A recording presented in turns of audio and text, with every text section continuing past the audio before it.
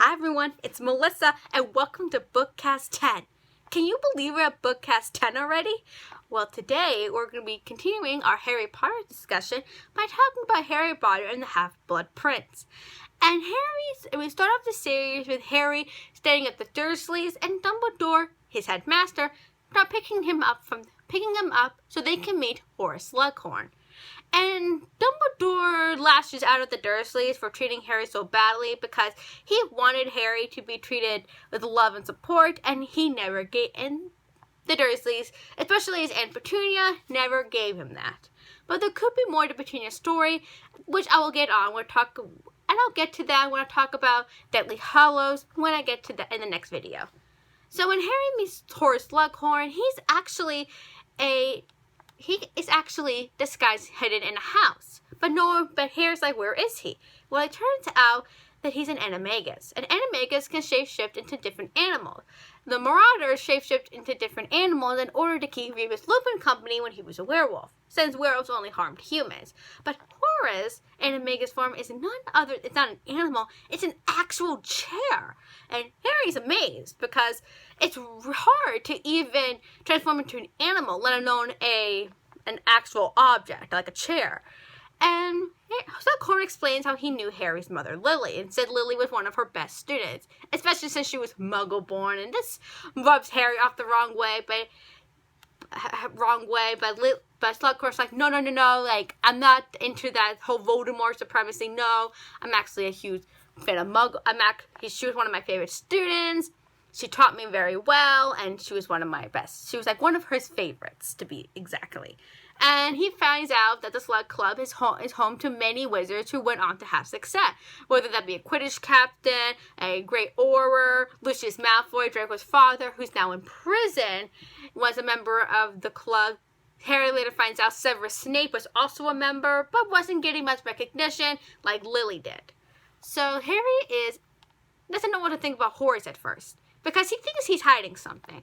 Horace is later offered the position of the new potions master. At first he said no, but when he finds out that Harry is going to be one of the students, he immediately agrees. So Harry is now dropped off by the Dursleys. Dumbledore takes him to the Weasley house, where Hermione, Ron, and Ginny are all there. And they get their school supply list, and along with their grades for the Owls. Owls are basically wizard SATs that they took the last year. And they all did extremely well, especially Hermione, who didn't think that she would do well, but Hermione knew that she passed with flying colors, like she got the best grades. But eventually, they all go down to Diagon Alley to get their new school supplies for the next school year at Hogwarts. And Diagon Alley is not what they expect, because they're on high alert. Harry is under Auror protection 24/7, because Voldemort would take any opportunity to get to Harry. So when they get to Diagon Alley, he notices a lot of shops are either not as lively as used to be, have been abandoned, or have been taken by Death Eaters, especially Ollivanders, where everyone gets their wands, when Ollivander gets taken by Voldemort, especially his henchmen.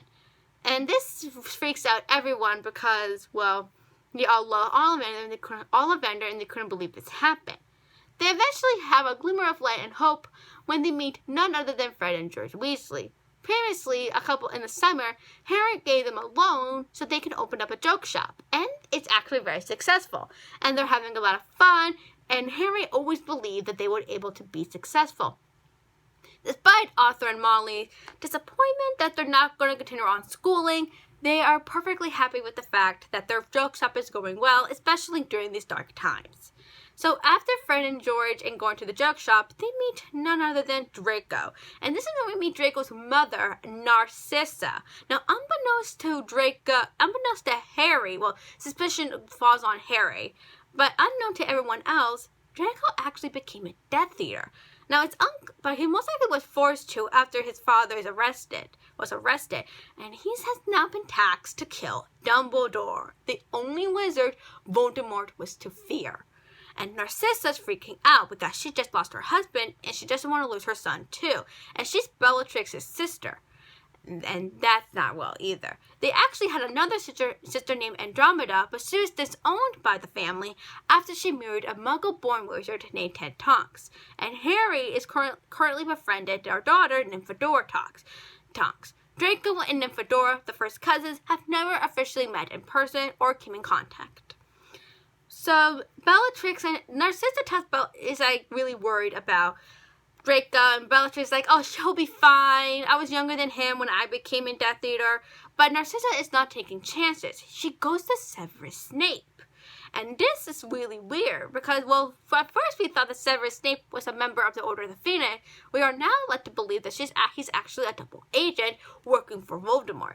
And he takes the unbreakable vow with Narcissa and says that he will protect Draco and help Draco. And because he made an unbreakable vow, this means that if Snape fails his promise, he will die. So, despite all of this, Snape agrees. And words are exchanged back and forth between Narcissa and Draco and the Weasleys and Harry. And it all goes onto the Hogwarts train, where Harry reunites with Neville Longbottom and Luna Lovegood, his friends. And despite some awkwardness, tries to sneak on Draco with his invisibility cloak, but gets caught. In Hogwarts, Harry is shocked to learn that the new defense against the dark arts teacher is actually going to be Snape. And Snape has wanted this job for a very long time, and now he finally got it. So this shocked Harry and the whole Gryffindor team into knowing that now Snape's going to be the new defense against the dark arts teacher. And Slytherin is happy, but Draco is not happy, which only adds to Harry's suspicions. He has his suspicions about Draco. Whenever McGonagall gives Harry and his friends their schedules, McGonagall says to Harry and Ron that they have open spaces in their schedule for a break. But in order to become an Auror, which is Harry and Ron's goals, they say that both of them need to take potions again. And Harry's not happy, but agrees, because he wants to be an Auror and catch dark wizards. So when they get to the Clouds, they meet Sloris Slughorn, and they both get their books, their new advanced potion-making books. They are taxed. The first class assignment is to make a potion that's the perfect potion of liquid death. And apparently it's on one page in their books. While everybody else is struggling, even Hermione, who is like, I really want to get it, and especially when they find out they'll get liquid luck as a prize, which basically you drink it, you get a lot of luck, and good fortune will come to you. Well, that's when everybody starts like, what do you want to get this grade? But for Harry, it's easy, because he noticed that in his book, a lot of things are crossed out and added in. The book is now actually better, and it's allowing them to actually for him to actually succeed. While everybody else does not make liquid luck the right way, Harry makes it perfectly and wins liquid luck, and gets liquid luck, and gets really well. He then shows it to Ron and Hermione, and Hermione says, you need to give this away. And he says, I'm not going to give the book away. And he notices that there's a spell written inside the book called Sanctum Sanctorum, which he doesn't know what it does because he never heard about this spell, but Hermione says, I wouldn't use it. Ginny then asks who wrote the book, and Harry says he doesn't know. But Ginny takes the book, and it turns out it's written by someone named the Half-Blood Prince. And no one knows who that is. It could be anyone. So Harry wants to figure out this book's original owner, because it's really weird. It's kind of weird that this book is like the best potion-making book. And he has tons of suspects, but he doesn't focus on that. Dumbledore then taxes Harry to destroy a Horcrux. And Harry says, what do you mean he's a Horcrux? Dumbledore then tells Harry that Voldemort has split his soul into 7 Horcruxes. The first one, one of the first ones being his diary, which was being his diary. Now, if you remember from Chamber of Secrets, Harry had destroyed the diary in the first Horcrux. The Horcruxes only work when you do a certain ceremony and you kill someone. And in this case, he killed Moaning Myrtle, a ghost who haunts the girls' bathrooms. So we know that. So Harry said, where are the other ones? He said another one is a locket. So it's a locket. And they go to the cave to find the locket, only to get attacked by these zombie-like creatures. I don't really know how to describe them. And Dumbledore has like a marking on his hand. But Dumbledore says he's fine and he'll go to Snape to help him, which leaves him worried. While Harry still has his suspicions about Draco, Hermione starts to get feelings for Ron and doesn't like his new girlfriend, Lavender Brown. And the events, Ron and Lavender eventually break up later on in the book. So while Hermione is coming to terms with her feelings for Ron, Harry starts to notice Ginny in a new light. And unlike in the books, which does not do a good portrayal of her, I love the actress, but I feel like the filmmakers did not give Ginny enough room to shine.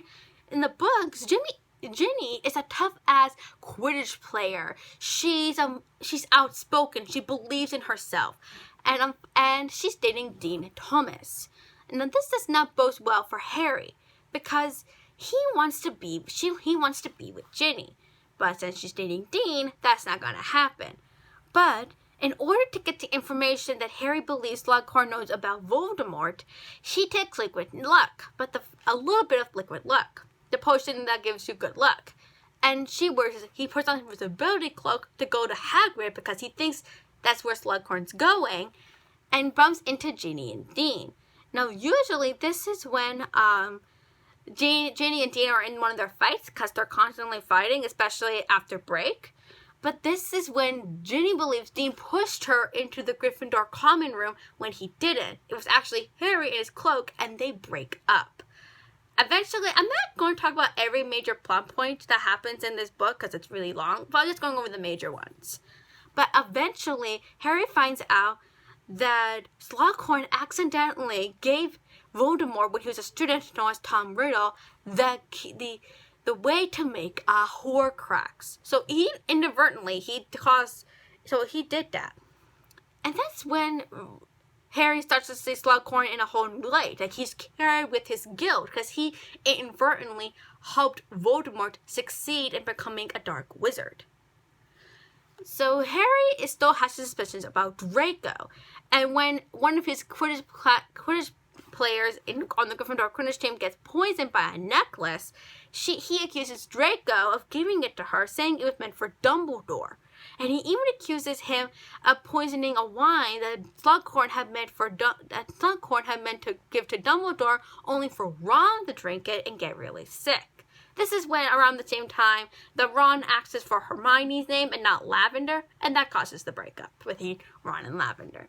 So they're in a bathroom, they're causing this duel, Moaning Myrtle sees the whole thing, and that's when Harry does Sectum Sempra. But the spell, when it's hit Draco, some gases are on his body, he's bleeding, he's hurt really bad, and Harry runs away. But Snape heals him.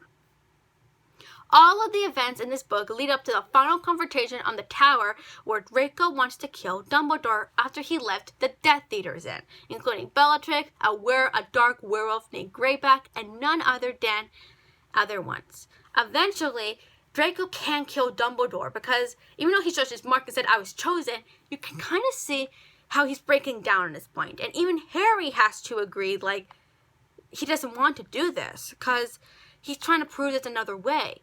But shockingly, it is Severus Snape who does the killing blow. And everyone mourns the death of their headmaster, Dumbledore. And this is one of the most shocking deaths ever in the book, in the series.